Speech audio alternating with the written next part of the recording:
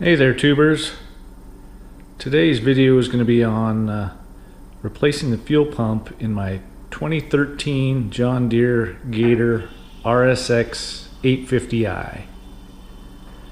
And the reason I'm doing that is because I was out using it on the farm the other day.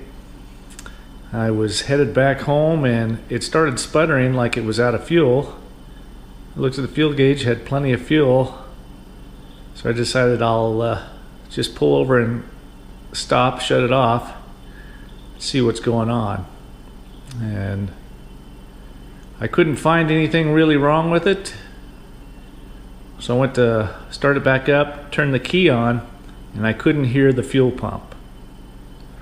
So I thought at first that maybe it was a fuse, which to get to the fuse for that is you pull this bull bar up and lift the hood up, and that fuse right there, 15 ampere, is the one for the fuel pump. Well, I pulled that out, looked at it, perfectly fine.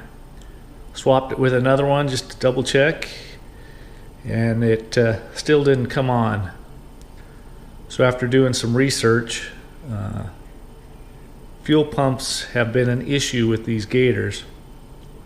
So much so that John Deere has completely redesigned them, and so I ended up having to order a bunch of parts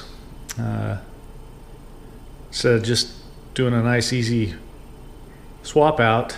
John Deere doesn't even make the fuel pump or parts for it that originally came in this Gator. Okay, so I'll turn the key on here, and normally you would hear a fuel pump turn on as soon as you turn the ignition on, but there's nothing. So it's definitely a fuel pump problem, and I didn't do a lot of troubleshooting, so hopefully it is the fuel pump since I bought all those parts. Otherwise it would be probably a wiring issue if not. But I'll open the door here so we got a little more light, and I'll show you where the pump is. Okay, that's better. So over here on the driver's side, you lift the driver's seat up, and underneath here is a panel, this one right here. And it has one push pin that goes in the back here, and then it has 4 of these T25 Torx bolts. And they go 1, 2, 3, 4 all the way around it. Once you get those out, this panel just kind of pulls out here, and that shows you the fuel pump and the gas gauge sending unit. And basically there's just a ring on both of them, and you just twist that off and they should pull right out. So I'll see if I can get that fuel pump out without taking the fuel gauge sending unit out. Kind of looks like I might have to, but I'll see what happens and I'll get right back. So looking it over here, looks like I got to disconnect one electrical connection. I think I can get this hose up and out of the way enough to get that out. And you can see that it has a clamp on it that you can get undone. This side does not. That's one of those special clamps that one-time use, you'll cut it off. And I don't think they gave me a replacement one. But we'll see. Now, with John Deere's manual shows about 13 different parts that you have to replace for this. The dealership told me no, you could reuse some of the parts off of this one, and so I ended up only buying about 6 parts. They totaled just under $500, which is kind of ridiculous, but hopefully they were right and I can reuse some of the parts off of this. Otherwise I'll have to make another trip in and probably have to order those before I can finish this. Alright, so I got this ring loose. It was on there pretty tight. Cut that clamp off, got the hose off, and now this thing should just come straight out. Maybe. I'm gonna have to do some finagling here, I think, and try and get that out. So I'll be right back. Alright, so there it is, out, and it catches on this regulator. You have to put an undue amount of force to get it out. But it looks like the dealership was probably right. They said to reuse this hose, and this gasket. So I'll get those torn apart, but they didn't give me these clamps. So I'm gonna have to just go find some clamps that will fit that. Unfortunately, I don't have any. Then I'll show you the new one I got. This one only has two outlets, one for the electrical and one for the fuel. But the new one has three, so I'm not quite sure what that's for. So I'll show you here what all the parts that I've got.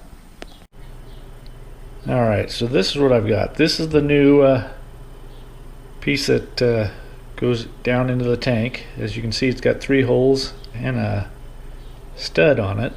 I'm not sure what that's about. New pressure regulator, a different style of fuel filter, a clamp, a keeper, a fuel pump itself, and a new wiring harness. And I'll put all the serial numbers in the description below, so if you want to tackle this project, you get the same stuff I did. But I guess I'll open everything up and kind of see how it goes together, and hopefully it's all here. You'll need to take this bolt out here, and hopefully you can reuse it over here along with these hoses.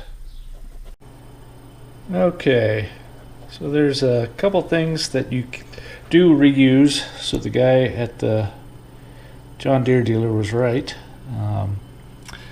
This bolt, it's a self-tapping bolt, comes out of the old one, and then this hanger is not threaded, so you'll have to tap that in and it'll make its own threads, and it takes an 8mm to take that out and drive it in. Then these hose sections come off the old pump, and they were tied to the old pressure regulator, which is now a new style of pressure regulator. So that'll go in here. These were one-time use clamps that came on the old one. They don't sell those anymore, so you just get these regular band clamps, and that's what I'll put on each end of the hoses here. You do reuse the lid gasket, and then this pump comes with 3 wires where the old one just had 2, and it took some digging. I had to call John Deere support to figure it out, and what it is I'll take this pin out, and that's the pressure regulator there, and you loop this bare section through here, which apparently grounds the pressure regulator for some reason, and put it back together. And I'll show you how that all goes together once I do it. And then there's a new type of filter for the fuel, which now that I see that, I realize that the old one, the filter wasn't even on it anymore. So I looked in the tank, sure enough it's sitting at the bottom of it. So the fact that the fuel wasn't filtered could be part of the reason why the pump went out. But The other one had kind of a clamp on the bottom to hold it, and I think the fabric around it just tore out. But this one here is just pushes on, so there's nothing that's going to keep it from just falling off other than the friction of pushing it on. So I would assume at some point this one will end up in the bottom of the tank too, but who knows.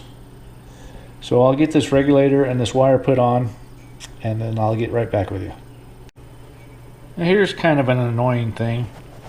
You have to buy a new pressure regulator when doing this conversion, and it comes with this zip tie run through here. I assume it's to keep the pressure regulator from actually coming out during transit. But what you do is you pull this zip tie out, then you have to buy this keeper separately, and what it does is goes down through these two holes, and you'll route this wire under it, and then it clips in. Well, this stupid little thing is $8. Now why couldn't they have included it with the regulator and just made it simple that way? Instead you got to order two different parts. Ridiculous. So anyway, I'll route this wire under it and then get it installed and show you what it looks like. Okay, so there it is installed. I don't know if you can see it very well, but you just wrap this wire here around it and put it in, and there's a couple of snaps it'll just clip in there. Now what's different about this one than the old one is the old one just had two wires coming down to the pump, that was it. Well, this one has a splitter here coming back out of the ground side, and it's coming over here to ground this. But what doesn't really make any sense to me is I don't know that it's completely grounding that inside, because currently it's not really touching it. And then why is this connector on here? So when I was speaking with John Deere tech support, they said that this hanger and this wiring and pump setup is used in multiple applications. They said it's basically in almost all of their lawnmowers and most of their gators, and then he listed off some other ones that was in. So what they've done is made a universal setup, and it's not everything is used for every application. So with the 850i, this is not used, and they're basically just wrapping it around here, an additional ground, and to keep the wire from just bouncing around inside. And with that, this thing also had a second fuel line hole in the top, and what it was to tie into the vent system that's already coming out of the fuel gauge sending unit. So if you wanted to do it exactly as John Deere states, you would have to go and buy this fitting again, this nut, this crush washer, another section of hose, and a coupler that basically your fuel line that came off of this and the fuel line that's coming off of the sending unit, which are vents, they're not fuel lines I guess, would tie together. They said it wasn't needed, but on certain applications they use it. So I decided, instead of buying all the fittings, it was another 5 parts that you had to buy. I just got a rubber grommet and a bolt stuck in there. I'm going to tighten this down, seal it up. I've got the vent that's coming out of the sending unit already, so I don't really need the second one. But you could opt to tie it in with the sending unit vent line if you wanted. Okay, so you can see where I got this all tightened down. Got a good squish on that rubber O-ring there. So that should be good. Shouldn't have issues there. One thing that you're going to want to make sure of is to clock this filter properly. I put it on as the diagram showed, and it had it pointing the complete opposite direction of this. But in order for this fuel line to line up where it needs to be, that would put this into the side of the tank. So I had to take it off, move it 180 degrees, and put it back on. And like I said, it just pushes on, so I don't know how long it's actually going to live. I would be surprised if 2 or 3 rides this wasn't in the bottom of the tank too. And then I'll show you what I fished out from the other one. So here's the old pump, and then this was the fuel filter, and it went around this thing, and that is clipped on there. So there's no way that this would have fallen off. It basically rotted off. This is just complete mush. You just grab it and it falls to pieces. And I don't know what this stuff here is. It's soft and doesn't look like dirt, but I don't know what it is. But this was sitting in the bottom of the tank, so this has been just wide open, sucking whatever it can. So like I said, I don't know if a piece of crap got in there and that's what did this in. But as many problems as they've had with them, I'm guessing there's probably something internal that isn't right with them. So they've changed to this whole new style. So I'm going to try and fish this whole thing down through that little hole there, and hopefully it goes all right, but it's definitely going to be 2 hands involved, so I'll have to put the camera down and try and get it in there and show you what it looks like after it's in. Well, there it is installed. It wasn't too bad going in. It was actually easier than the old one coming out. It does have a couple of tight spots. You got to angle it a couple different directions to get it to go through the hole, but it wasn't too bad. So then I hooked the fuel line back up, plugged the electrical connection in, made sure that this ring was good and tight, and then it should be ready to go. Like I was saying, they've made this hanger for multiple applications, so this stud isn't used in this one. I'm assuming in other applications there's a grounding wire that comes and grounds it, but not in this one. So hopefully here I'll put the seat down,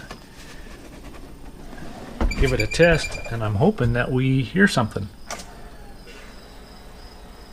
Well, I heard something. So let's try it again. Yeah, this is a much quieter pump if that's correct. Alright, I forgot you got to put your foot on the brake. So let's try it again.